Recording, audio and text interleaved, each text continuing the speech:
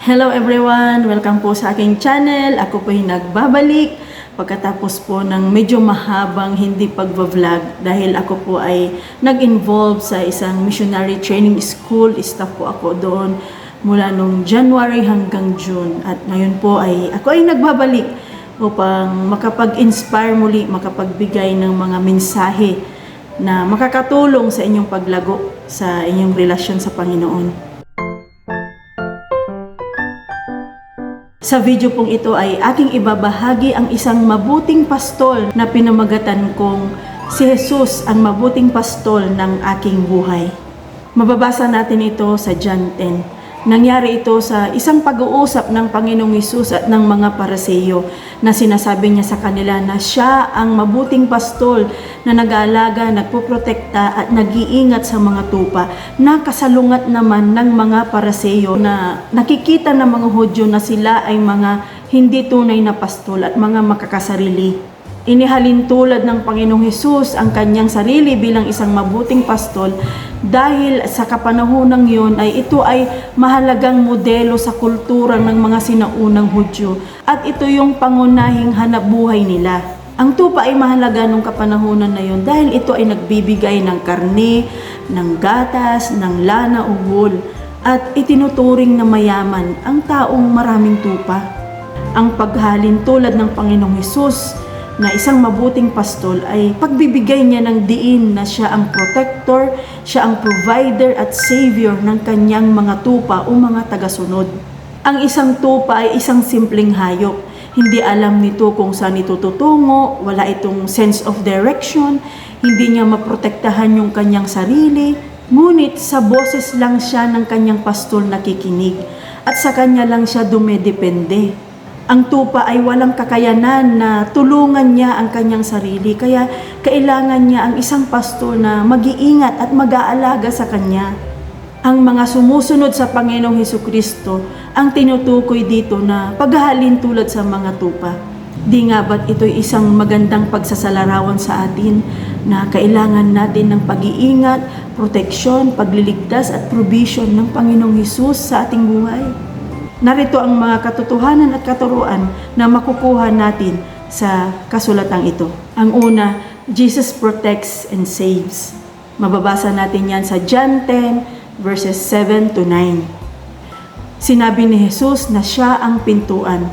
Ang pintuan ang siyang nagsisilbing daanan, papasok o papalabas ng isang gusali, bahay o bakuran. Hindi ka basta-basta makakalabas o makakapasok kung walang pintuan, di ba? Maraming mga nagsasabi na ang mga kaparaanang ito or mga taong ito, sila ang daan, sila ang tamang papasukan tungo sa walang hanggan. Ngunit malinaw ang pagkakasabi ng Panginoong Hesus na siya ang pintuan, siya ang legit na daraanan ng sino man upang makita niya, maranasan niya, matanggap niya ang kaligtasan ng Panginoong Hesus. Ang mga iba ay peke or scammer or mga hindi tunay na daan. Kaya sinabi niya doon na sila ay mga magnanakaw at tulisan.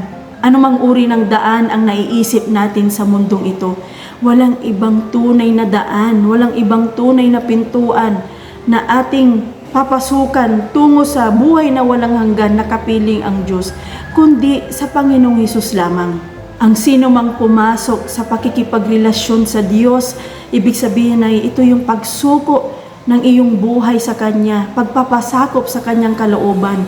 Doon mo tunay na mararanasan yung pagpapala na inilaan niya sa bawat taong pinili siya.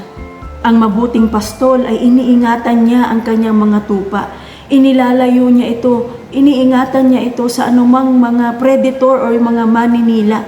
Kaya kapag tayo ay nagpasakop sa Diyos, Kanya tayong iniingatan mula sa kapahamakan at mga kapalaluan ng mundong ito. Ang Kanyang malalim at tapat na pagmamahal, ang Kanyang katapatan, ay ipaparanas niya sa atin. Isinuko mo na ba ang iyong buhay sa Panginoong Hesus? Tinanggap mo na ba siya bilang iyong personal na Diyos at tagapagligtas? Ang pangalawa, Jesus leads and feeds His sheep. Makikita natin yan sa John chapter 10 verses 9 to 10. Ang isang mabuting pastol ay hindi niya hinahayaan o pinapabayaan na magutom ang kanyang mga tupa.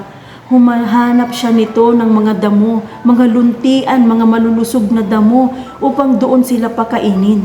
Kung ang Diyos ay ginagabayan ka sa isang lugar, isang pagdidesisyon, at ikaw ay sumunod, kahit na minsan ay hindi mo lubos na maintindihan o maunawaan ang kanyang layunin, sumunod ka.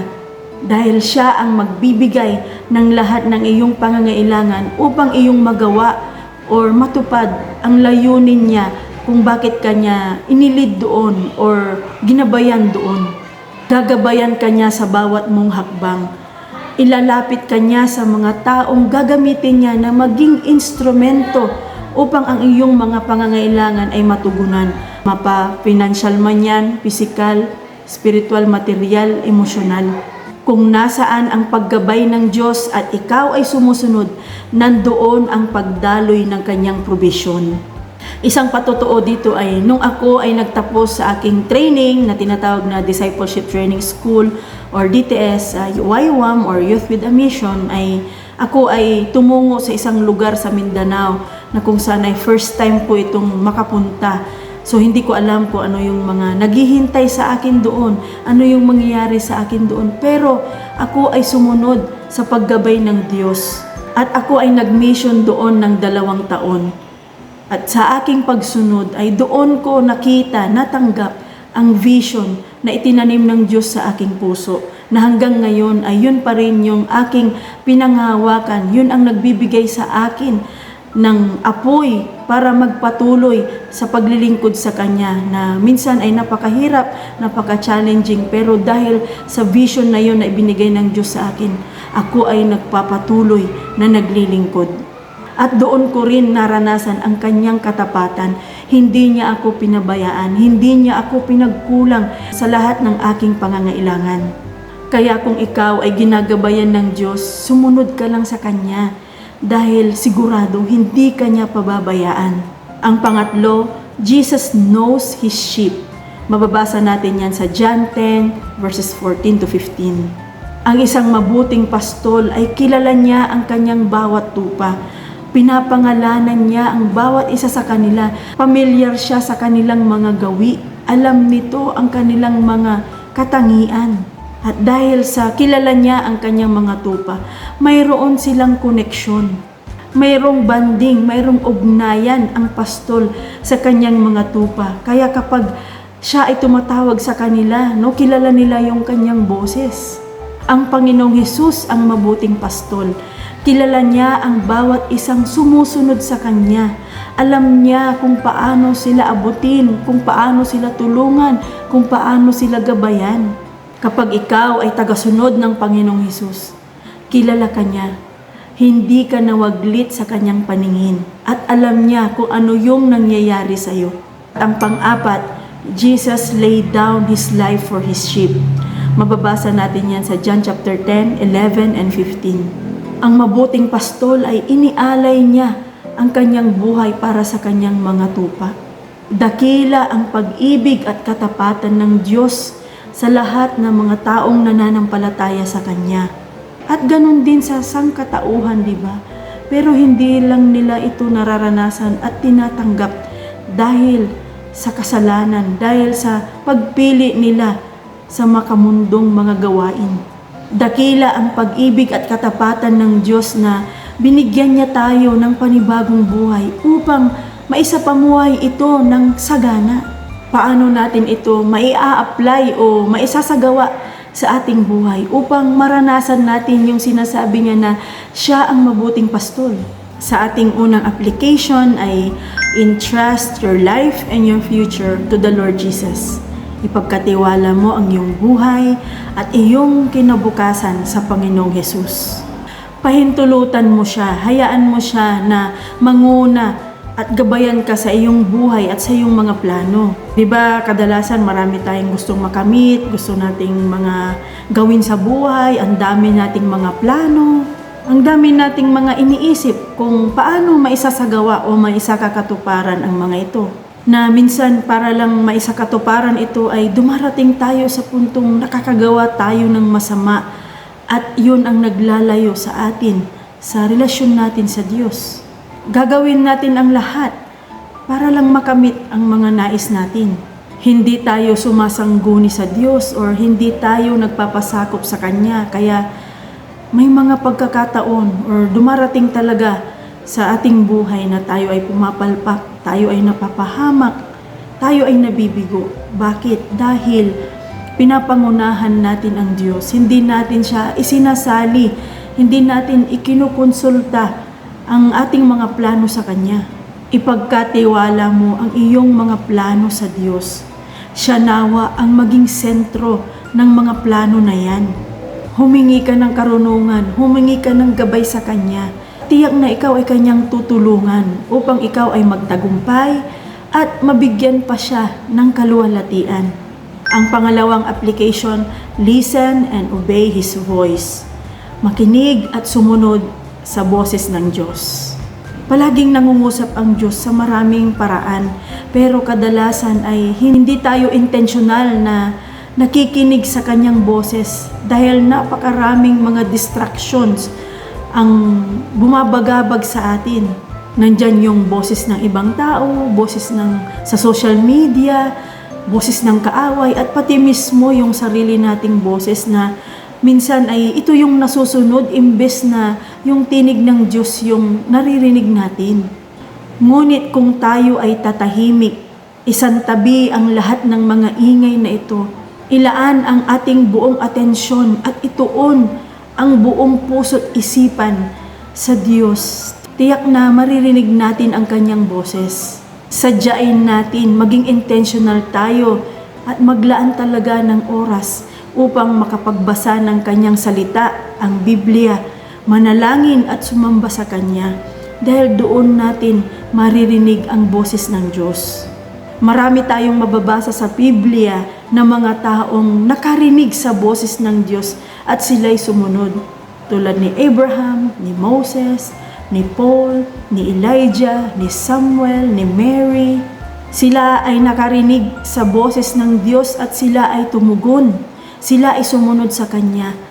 At sa pamamagitan ng kanilang pagsunod ay naranasan nila ang kapangyarihan ng Diyos. Naging instrumento sila sa pagtupad ng Diyos ng Kanyang layunin sa sangkatauhan. Kung tayo ay makikinig at susunod sa boses ng Diyos at pagkatiwalaan ang kaparaanan niya sa atin, mararanasan natin ang Kanyang pagkilos sa ating buhay at tayo rin ay gagamitin niya bilang instrumento upang maisakatuparan niya ang Kanyang layunin sa buhay mo at sa buhay ng iba. Ang pangatlong application, develop your relationship with God. Ito ay pinakamainam na gawin upang tayo ay lumago sa ating pagkakakilala sa Diyos at lumalim pa ang ating relasyon sa Kanya. I-level up natin yung ating pagbabasa ng Biblia dahil ang salita niya ay buhay. So every time na binabasa natin ito at nagiging intentional tayo na ito ay suriin, ito ay ating pag-aralan, no mas nagiging buhay ang salita niya sa atin. Dahil dito talaga nagkakaroon ng transformation or pagbabago ang buhay ng isang tao kapag siya ay nagbasa ng salita ng Diyos at nadiskubre niya ito at ito'y kanyang isinagawa. Si Jesus ang mabuting pastol ng ating buhay. Itiwala natin ang ating buhay, ang ating future, ang ating lahat-lahat sa Kanya. Iingatan, tutulungan, gagabayan niya tayo sa bawat landas na ating tatahakin sa buhay na ito. Naway makatulong ang video na to na aking ibinahagi sa iyong paglago sa relasyon mo sa Diyos. God bless you at hanggang sa muli.